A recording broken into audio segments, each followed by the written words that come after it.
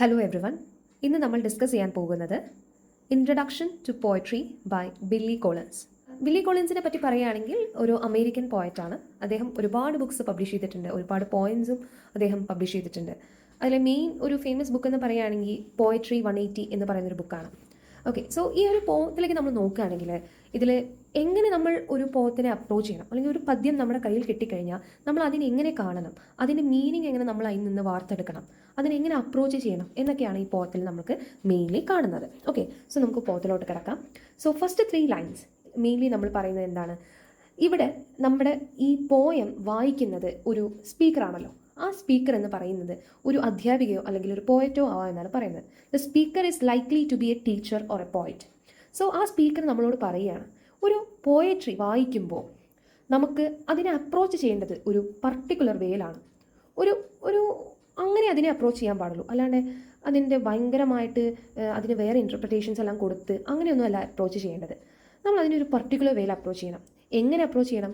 നമ്മൾ ആ ഒരു പദ്യത്തെ എടുത്ത് വളരെ കെയർഫുള്ളി അതിനെ എക്സാമിൻ ചെയ്യണം, വളരെ സൂക്ഷ്മമായി അതിനെ പരിശോധിക്കണം. നമുക്ക് ക്യൂരിയോസിറ്റി ഉണ്ടാവണം. ക്യൂരിയോസിറ്റി എന്ന് വെച്ചാൽ നമുക്ക് ഒരു അതിലെന്താണ് എന്ന് അറിയാൻ ഒരു വ്യഗ്രത.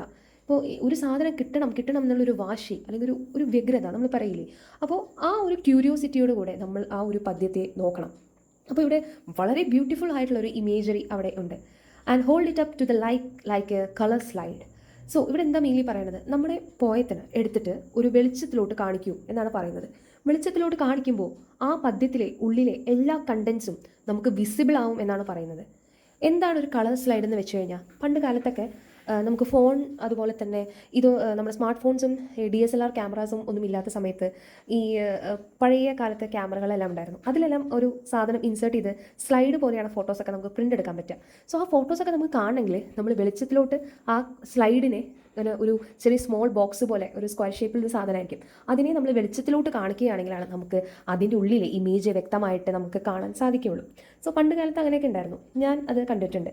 ഓക്കെ, സോ അതൊരു വെറൈറ്റി എക്സ്പീരിയൻസ് ആണ്. ഗൂഗിൾ ചെയ്ത് നോക്കിയാൽ നമുക്ക് എല്ലാവർക്കും കാണാൻ പറ്റും.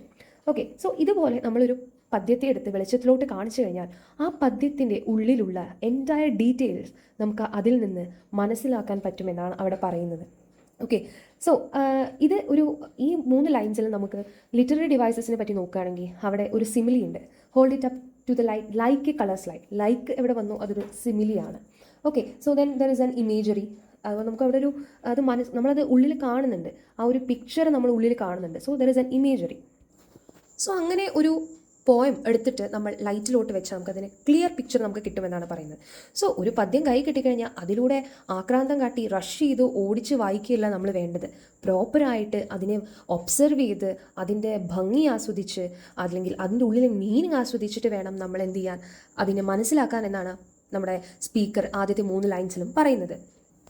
ഇനി നമ്മുടെ ഈ ലൈറ്റ് ഈ കളർ സ്ലൈഡിലൂടെ കടന്നു പോയി കഴിഞ്ഞാൽ, അല്ലെങ്കിൽ നമ്മുടെ ഈ പദ്യത്തിലൂടെ കടന്നു പോയി കഴിഞ്ഞാൽ നമുക്ക് ഒരു പദ്യത്തിൻ്റെ പൂർണ്ണമായ മീനിങ് അറിയാൻ സാധിക്കുമോ?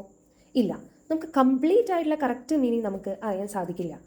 സോ ഒരു പദ്യത്തിൽ നമുക്ക് മനസ്സിലാക്കാൻ കഴിയുന്ന മീനിങ്സ് എല്ലാം നമുക്ക് പെട്ടെന്ന് ക്യാച്ച് ചെയ്യാൻ പറ്റും.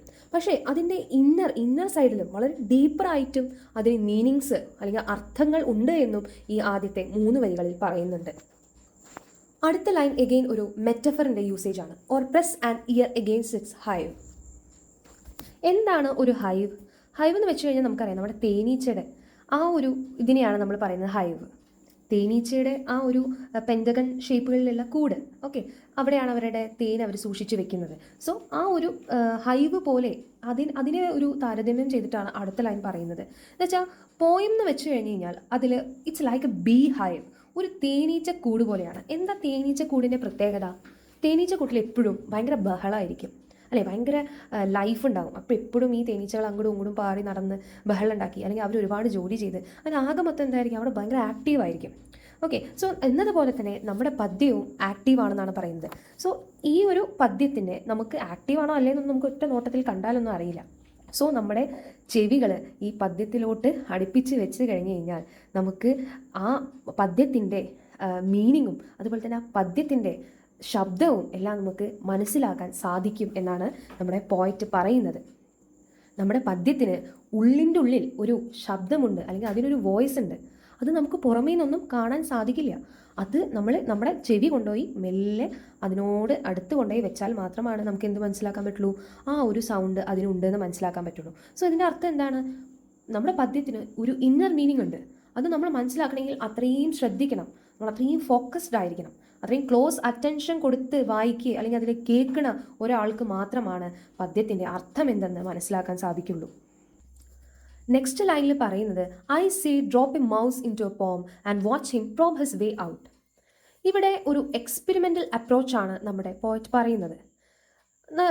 ഈ പോയറ്റ് അല്ലെങ്കിൽ നമ്മൾ ഒരു റീഡർ, നമ്മളൊരു മൗസാണെന്ന് വിചാരിക്കുക, ഒരു എലിയാണെന്ന് വിചാരിക്കുക. എലീനെ ഒരു കൂട്ടിലിട്ടു അല്ലെങ്കിൽ ഒരു കെണിയിലിട്ടു എന്ന് വിചാരിക്കുക, ഒരു കുടുക്കിലിട്ടു. കുറേ വഴിയൊക്കെ ഉണ്ട്, പുറത്തു പോകാൻ വഴിയൊക്കെ ഉണ്ട്. അപ്പോൾ ഈ എലി എന്താ ചെയ്യുക, എലി ഇങ്ങനെ കിടന്ന് പരതും അല്ലേ, അവിടെ ഇവിടെ കിടന്ന് സെർച്ച് ചെയ്ത് എല്ലാം നോക്കി അവൻ എങ്ങനെയെങ്കിലും ഇതിൽ നിന്ന് രക്ഷപ്പെടണമേ എന്ന് പറഞ്ഞ് അവൻ അങ്ങനെ ഫൈനലി അവൻ പുറത്തോട്ടുള്ള വഴി കണ്ടുപിടിക്കും. എന്നതുപോലെയാണ് ഒരു പദ്യത്തിൻ്റെ അവസ്ഥയും. നമ്മൾ റീഡർ, നമ്മളൊരു കെണിയിൽ പെട്ടിട്ടുള്ള ആളുകളാണ്, അല്ലെങ്കിൽ നമ്മളൊരു പദ്യത്തിൻ്റെ ഉള്ളിൽ നമ്മളെ കൊണ്ടുവന്ന് ഇട്ടതിന് ശേഷം നമ്മൾ എന്താ ചെയ്യുന്നത്, നമ്മളിതിൽ ഉള്ള മീനിങ്സും വേർഡ്സും ഒക്കെ ഉപയോഗിച്ച് അതിനെ മനസ്സിലാക്കി, അതിൻ്റെ കറക്റ്റ് മീനിങ്സ് എല്ലാം മനസ്സിലാക്കി, അത് കഴിഞ്ഞ് നമ്മൾ എന്ത് ചെയ്യുന്നു, ആ പോത്തിൻ്റെ കറക്റ്റായിട്ടുള്ള മീനിങ് ഫിഗർ ഔട്ട് ചെയ്ത് നമ്മൾ പുറത്തേക്ക് വരുന്നു, എസ്കേപ്പ് ആവുന്നു. ഓക്കെ, സോ നമ്മളിവിടെ ഒരു റാറ്റുമായിട്ടാണ് നമ്മളെ റീഡേഴ്സിനെ നമ്മുടെ പോയറ്റ് കമ്പയർ ചെയ്തിരിക്കുന്നത്. സോ ഇത് വളരെ നല്ലൊരു എക്സ്പ്ലനേഷൻ ആണ്. നമ്മൾ ഒരു പോയത്തിലൂടെ എക്സ്പ്ലോർ ചെയ്ത് നാവിഗേറ്റ് ചെയ്ത് അതിലൂടെ ഉള്ള വാക്കുകളിലൂടെയും അതിലെ അർത്ഥങ്ങളിലൂടെയും എല്ലാം നമ്മൾ കടന്നുപോയി എല്ലാം അങ്ങനെ പുറത്ത് അവസാനം അതിൻ്റെ ആ പോയത്തിൻ്റെ ഒരു ഫൈനൽ മീനിങ്ങിലേക്ക് നമ്മൾ എത്തിപ്പെടുക എന്നാണ് അവിടെ പറയുന്നത്. നെക്സ്റ്റ് ലൈൻസിൽ പറയുന്നത് or walk inside the poem's room and feel the walls for a light switch. ഇതെവിടെ എന്താ പറയുന്നത്, നമ്മൾ ഒരു ഇരുട്ട് മുറിയിലേക്ക് പോവുകയാണെങ്കിൽ അവിടെ നമുക്ക് വല്ലതും കാണാൻ സാധിക്കുമോ? ഇല്ല. നമ്മളൊരു ഇരുട്ട് റൂമിൽ ഇട്ട് കഴിഞ്ഞാൽ നമുക്ക് ഒന്നും കണ്ണുപോലും നമുക്ക് കാണില്ല. സോ നമ്മൾ ഫസ്റ്റ് എന്താ ചെയ്യുക, നമ്മൾ ലൈറ്റിന് വേണ്ടിയിട്ടുള്ള സ്വിച്ച് പോയിട്ട് തപ്പും. ഇങ്ങനെ ചുമര മുഴുവനും ഇങ്ങനെ തപ്പിക്കൊണ്ടേ നടക്കും. അങ്ങനെ അവസാനം നമ്മൾ ലൈറ്റിൻ്റെ സ്വിച്ച് കണ്ടു കഴിഞ്ഞാൽ അത് ഓണാക്കി കഴിഞ്ഞാൽ നമുക്ക് വെളിച്ചം കിട്ടി, പ്രകാശം കിട്ടി, പിന്നെ നമുക്ക് എന്താണ് പൂർണ്ണമായിട്ടും കാണാൻ സാധിക്കും. സോ എന്നതുപോലെയാണ് ഒരു പദ്യത്തിൻ്റെ കാര്യം. ആദ്യം നമുക്ക് ഒന്നും മനസ്സിലാവില്ല, എന്താ സംഭവം എന്നൊന്നും നമുക്ക് മനസ്സിലാവില്ല. ഇനി നമ്മൾ ആ ഒരു പദ്യത്തിലോട്ട് ഇറങ്ങിത്തിരിക്കണം, അതിനെ എക്സ്പ്ലോർ ചെയ്യണം. അങ്ങനെ എക്സ്പ്ലോർ ചെയ്ത് അവസാനം നമ്മുടെ ലൈറ്റിൻ്റെ സ്വിച്ച് നമ്മളതിൽ കണ്ടെത്തും. അങ്ങനെ കണ്ടെത്തി കഴിഞ്ഞാൽ നമുക്ക് നമ്മുടെ പദ്യത്തിൻ്റെ ഒരുപാട് മീനിങ് അല്ലെങ്കിൽ അതിൻ്റെ വെറൈറ്റി ഇൻ്റർപ്രിട്ടേഷൻസ് നമുക്ക് അതിൽ നിന്നും കണ്ടെത്താൻ സാധിക്കും. സോ നമ്മളെ റീഡേഴ്സ് വളരെ ക്ഷമയുള്ളവരായിരിക്കണം, വളരെ പേഷ്യൻ്റ് ആയിരിക്കണം. എങ്കിൽ മാത്രമാണ് നമുക്ക് ആ പോയത്തിലൂടെ കടന്നു ചെന്ന് അതിൻ്റെ ഓരോരോ ലെവൽസിലുള്ള മീനിങ്സിനെ നമുക്കതിൽ നിന്ന് എക്സ്ട്രാക്ട് ചെയ്യാൻ പറ്റുകയുള്ളൂ. അടുത്ത ലൈൻസ് പറയുകയാണെങ്കിൽ I want them to water ski across the surface of a poem waving at the author's name on the shore. ഇവിടെ പോയിട്ട് പറയുന്നത് റീഡേഴ്സിനോട് ആ ഒരു പദ്യത്തെ എൻജോയ് ചെയ്യാൻ വേണ്ടിയിട്ടാണ്. അതിൻ്റെ മീനിങ്സ് ഒക്കെ നമ്മൾ മനസ്സിലാക്കാം, പക്ഷെ ആ ഒരു പദ്യം വായിക്കുമ്പോൾ വളരെ ഫ്രീ ആയി എൻജോയ് ചെയ്ത് വായിക്കാനാണ് നമ്മുടെ പോയിട്ട് പറയുന്നത്. നമുക്ക് എല്ലാവർക്കും അറിയാം വാട്ടർ സ്കൈ എന്ന് വെച്ചാൽ നമുക്കറിയാം ഈ വെള്ളത്തിൻ്റെ മേലെ കൂടെ ഒരു പ്രത്യേക തരം കാലിലുള്ളൊരു ബൂട്ട്സ് പോലെ അല്ലെങ്കിൽ ഒരു ഫ്ലാറ്റ് ചപ്പൽസൊക്കെ പോലെ ഒരു സാധനം ഇട്ടിട്ട് ഇങ്ങനെ വെള്ളത്തിൻ്റെ മേലെ കൂടെ ഇങ്ങനെ പോകുന്നൊരു സംഭവം, അല്ലെങ്കിൽ മഞ്ഞിൻ്റെ മേലെ കൂടെ ഇങ്ങനെ പോകുന്നൊരു സംഭവം നിങ്ങളെല്ലാവരും കണ്ടിട്ടുണ്ടാവും ഓരോ ഇംഗ്ലീഷ് സിനിമകളിലും. അതുപോലെ തന്നെ ഗെയിംസ് നമ്മുടെ സ്പോർട്സിലൊക്കെ അത് ഒരുപാടുണ്ട്. സോ അതുപോലെ ഇവിടെ നമുക്കൊരു കമ്പാരിസൺ ആണ് വരുന്നത്. So instead of trying to dig too deeply over analyse the poem, നമ്മൾ ഒരു പോയത്തിന് ഭയങ്കരമായിട്ട് മീനിങ് അറിയുന്നതിലപ്പുറം ആ ഒരു പദ്യം വളരെ എൻജോയ് ചെയ്ത് വായിക്കുകയാണ് വേണ്ടത് എന്നാണ് പോയറ്റ് പറയുന്നത്. ഇപ്പോൾ ഫോർ എക്സാമ്പിൾ ഞാനിപ്പോൾ നിങ്ങൾക്ക് ഈ പറഞ്ഞു തരുന്ന പോയം ഭയങ്കരമായിട്ട് വലിയ ഐഡിയാസും അല്ലെങ്കിൽ നിങ്ങൾക്ക് മനസ്സിലാവാത്ത രീതിയിലൊക്കെയാണ് പറയണതെങ്കിൽ നിങ്ങൾക്കത് ഭയങ്കര ബുദ്ധിമുട്ടായിരിക്കും അല്ലേ. പക്ഷേ നിങ്ങൾക്ക് മനസ്സിലാവുന്ന ഭാഷയിൽ ചെറിയ വേർഡ്സിലും മനസ്സിലാവുന്ന ഒരു എക്സ്പ്ലനേഷൻസും തന്നാൽ നിങ്ങൾക്ക് എങ്ങനെയായിരിക്കും, വളരെ എളുപ്പമായിരിക്കും. സോ എന്നതുപോലെയാണ് നമ്മളൊരു പദ്യത്തെ നോക്കുകയാണെങ്കിൽ നമ്മളതിൻ്റെ ഭയങ്കരമായ ഉള്ളിലേക്ക് ഇറങ്ങി ചെല്ലുന്നതിന് മുമ്പ് ആദ്യം അതിനെ വളരെ എൻജോയ് ചെയ്ത് വായിക്കാം. ഓക്കെ, എന്നതിന് ശേഷം നമുക്ക് എന്ത് ചെയ്യാം, നമുക്ക് വേണമെങ്കിൽ ഇന്നർ മീനിങ്സിലോട്ടൊക്കെ പോവാം. ഓക്കെ, സോ ഇവിടെ the poet encourages the readers to experience the poem in a playful and a enjoyable way. appreciating it for how it makes them feel just as you would enjoy the thrill of water skiing on the surface of a lake. So ഒരു തടാകത്തിൻ്റെയോ അല്ലെങ്കിൽ വെള്ളത്തിൻ്റെയോ മുകളിലൂടെ water സ്കൈങ് ചെയ്യുമ്പോൾ നമുക്കുണ്ടാകുന്ന ആ ഒരു ആനന്ദം അല്ലെങ്കിൽ ഒരു സന്തോഷം അത് നമ്മൾ പോം വായിക്കുമ്പോഴും നമ്മൾ വളരെ എൻജോയ് ചെയ്ത് വായിക്കണം എന്നാണ് പറയുന്നത്. സോ അവിടെ പറയുന്നുണ്ട് waving at author's name on the shore എന്നൊരു ലൈൻ ഉണ്ട്. ഇവിടെ എന്താണെന്ന് വെച്ചാൽ പദ്യം എഴുതിയ ആളെ പറ്റിയിട്ട് ഒരുപാട് നമ്മൾ വറി ആവണ്ട, അല്ലെങ്കിൽ അദ്ദേഹം ആരാണ്, അദ്ദേഹത്തിൻ്റെ ബയോഗ്രാഫി, അദ്ദേഹം എന്താണ്, അങ്ങനെയാണ്, അതൊന്നും നമ്മൾ അറിയണ്ട. അദ്ദേഹത്തെ പറ്റിയിട്ട് കുറച്ച് കാര്യങ്ങളൊക്കെ അറിഞ്ഞു വെക്കുക. ഒരു കാഷ്വൽ അക്നോളജ്മെൻ്റ് ഒക്കെ ആവാം. കാഷ്വലായിട്ട് അയാൾ ആരാണ്, എവിടെ നിന്നാണ്, അയാൾ എപ്പോൾ ഈ പദ്യം എഴുതി എന്നൊക്കെ നമുക്ക് അറിഞ്ഞിരിക്കാം.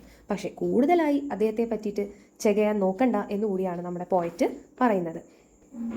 അടുത്ത 2 ലൈൻസിൽ ഈ പോയത്തിൻ്റെ വളരെ ഇമ്പോർട്ടൻ്റ് ആയിട്ടുള്ള ഒരു ഫ്രസ്ട്രേഷൻ, അതുപോലെ തന്നെ അഗ്രഷൻ, ഇതെല്ലാമാണ് അടുത്ത 5 ലൈൻസിലും കാണിക്കുന്നത്. ഇവിടെ വളരെ ഇമ്പോർട്ടൻ്റ് ആയിട്ടുള്ള ഒരു മെറ്റഫർ യൂസ് ചെയ്യുന്നുണ്ട്. But all they want to do is tie the poem into a chair with a rope and torture a confusion out of it. ഇവിടെ മെയിൻലി അഗ്രഷൻ ആൻഡ് ഫ്രസ്ട്രേഷൻ ആണ് mainly കാണിക്കുന്നത്. എന്ന് വെച്ചാൽ ചില ആളുകൾ ഈ പോയട്രിയെ എങ്ങനെയാണ് അപ്രോച്ച് ചെയ്യുന്നത്, വളരെ ഫോഴ്സ്ഫുള്ളായിട്ടും അല്ലെങ്കിൽ വളരെ അഗ്രസീവായിട്ടുള്ള ഒരു വഴിയിലൂടെയാണ് അവർ പോയട്രിയെ അപ്രോച്ച് ചെയ്യുന്നത്.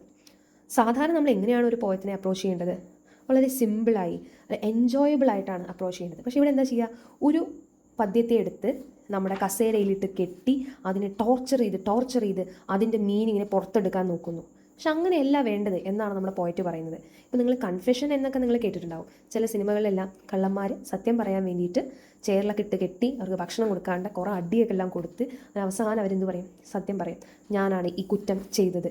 എന്നതുപോലെ തന്നെ നമ്മുടെ പദ്യത്തെയും ഒരു ചെയറിലിട്ട് കെട്ടി പൂട്ടി അതിനെ ടോർച്ചർ ചെയ്യുകയാണ്. ടോർച്ചർ ചെയ്യുമ്പോൾ എന്താ നമ്മുടെ പോയം ഉത്തരം തരിക, ഒരു സ്പെസിഫിക് ആയിട്ടുള്ള മീനിങ്സ് മാത്രമേ തരുള്ളൂ. ഇന്ന മീനിങ് ആണ് ഈ പോം തരുന്നത്, ഇതാണ് ഇതിൻ്റെ മീനിങ് എന്ന് മാത്രമേ തരുള്ളൂ. അതല്ലാണ്ട് അതിൻ്റെ ഇന്നർ ഡെപ്തിലുള്ള മീനിങ്സും കാര്യങ്ങളൊന്നും നമുക്ക് ഈ ഒരു ടോർച്ചറിങ്ങിലൂടെ നമുക്ക് അറിയാൻ സാധിക്കില്ല എന്നാണ് നമ്മുടെ പോയറ്റ് പറയുന്നത്. സോ ഇങ്ങനെ ചെയ്യുന്നത് നമ്മുടെ പദ്യത്തിൻ്റെ ആ ബ്യൂട്ടിയെയും അതുപോലെ തന്നെ അതിൻ്റെ ട്രൂ എസൻസിനെയും എല്ലാം ഒരുപാട് ബാധിക്കുന്നുണ്ട്. സോ ഇതിലൂടെ നമ്മുടെ പോയത്തിനെ ഒരു ഇൻഎഫക്റ്റീവ് ആക്കുകയാണ് ചെയ്യുന്നത്, അല്ലെങ്കിൽ ഒരു പ്രൊട്ടക്റ്റീവ് അല്ലാത്ത ഒരു വേയിലാണ് നമ്മൾ ഈ ഒരു പദ്യത്തെ കൈകാര്യം ചെയ്യുന്നത് എന്നാണ് പോയറ്റ് പറയുന്നത്. ലാസ്റ്റ് ലൈനിൽ വളരെ നല്ലൊരു ഇമേജറിയാണ് അവിടെ ഉള്ളത്. They begin beating it with a hose to find out what it really means. എന്താണ് ഹോസ് എന്ന് വെച്ച് കഴിഞ്ഞാൽ, നമ്മൾ ഈ ചെടികളൊക്കെ നനയ്ക്കാൻ വേണ്ടിയിട്ട് ഒരു ട്യൂബ് ഇല്ലേ, പൈപ്പ്, പച്ച കളറിലുള്ള പൈപ്പ്, തെങ്ങൊക്കെ നനയ്ക്കാൻ വേണ്ടി വലിയത്, അതാണ് ഹോസ്. സോ ഇവിടെ പറയുന്നത് നമ്മളൊരു പദ്യത്തെ എടുത്ത് ആ വലിയ പൈപ്പ് കൊണ്ട് നമ്മുടെ പദ്യത്തെ ഇങ്ങനെ തല്ലി അവനോട് പറയൂ ഉത്തരം, നീ ആ മീനിങ് പറയ് എന്നാണ് പറഞ്ഞുകൊണ്ടിരിക്കുന്നത്. സോ അത് ചെയ്യുന്നത് തികച്ചും തെറ്റാണ് എന്നാണ് പറയുന്നത്.